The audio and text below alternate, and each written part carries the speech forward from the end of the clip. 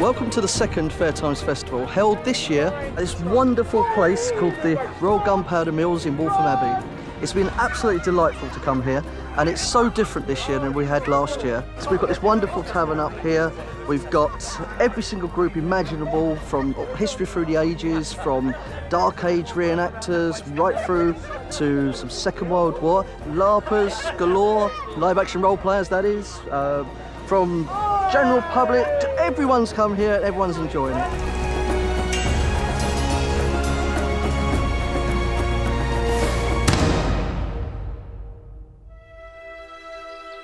This is the first time we've done the Fayre Times Festival, and this bringing together of all the reenactors from the different periods and also from the different themes has been quite outstanding. I've never seen anything like it before.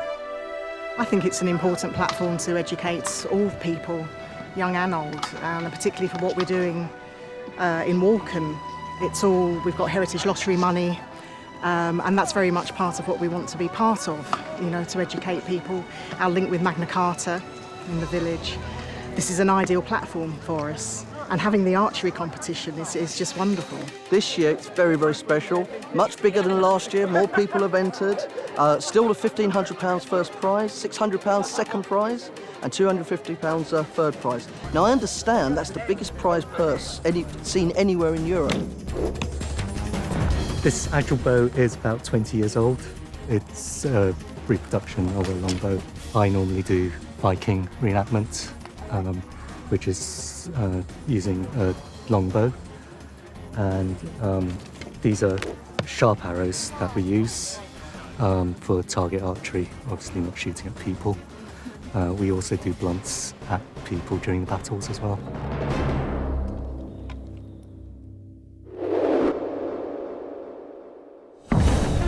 I mean, this is quite unusual in having so many different aspects, having the historical but also the fantasy element. So there's something to hopefully keep the whole family entertained. LARP Aid is an organisation that we have fundraisers for different charities every year. People go, oh, that looks good, that looks cool, we want to do that. How do we do it? And this way they can actually talk to them and say, well, come to this, find something that you like doing, and then join in. Have some fun, speak to people, hit people with rubber swords, or steel swords if you really want to.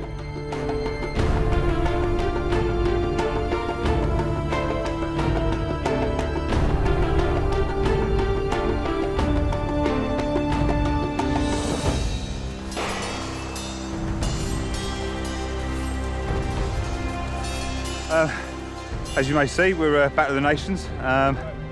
We do this for fun, apparently, but yeah, it's enjoyable, but it's very hardcore. I'd advise anyone to give it a go at least. The guys here are very welcoming, and they bring you into the community very well, and they look after you. This is someone else's armour that was nice enough to lend me, so I could give it a good go today.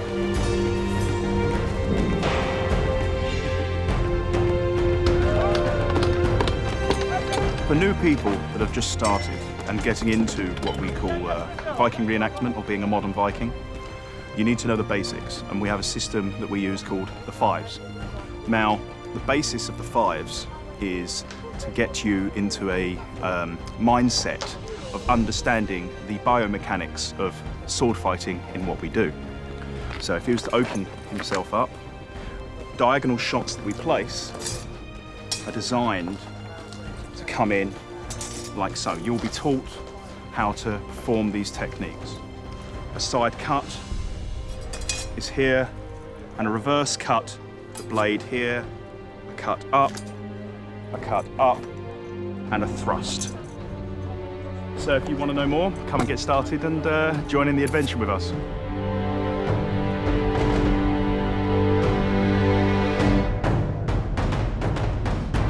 So today we've been demonstrating our heavy armoured combat system, which is loosely based on the tournament systems of the 13th to 15th centuries. So we've got heavily armoured fighters using analogue weaponry, and that allows them to go in full contact, full speed, without rehearsal, and it is a competitive fight.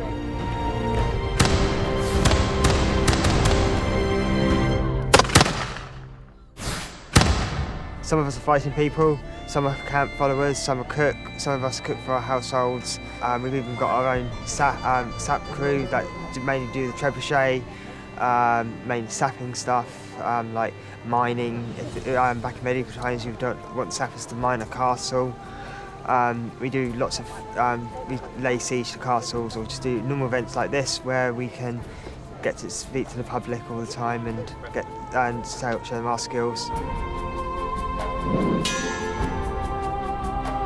Well, Sharp is a story about a working class soldier who works his way up through the ranks by incredibly ridiculous acts of bravery each episode. I played one of his men. He had 5 chosen men. I played one who was good with his brain. He could translate, could speak French, Spanish, Portuguese. This particular event I was invited to, yeah, normally if there's like a military living history related event, I'll be there because there are often Sharp fans at these events. So I learned lots after doing Sharp, and now I've come to these events, I can learn about Civil War, the Boer War, Vikings. So yeah, you really can learn a lot about history from these events, and I'm glad I'm here. These festivals are fantastic for the public, I think, fantastic for writers such as me. We have quite a lonely existence, actually, sitting, making stuff up and writing stories all the time, firstly. So it's nice to actually get out and speak to readers. So it's the only place, I suppose, where you'll see guys toting machine guns and English Civil War pikes and orcs walking around and elves with pointy ears. You know, it's quite. There's some good photo opportunities anyway, for sure.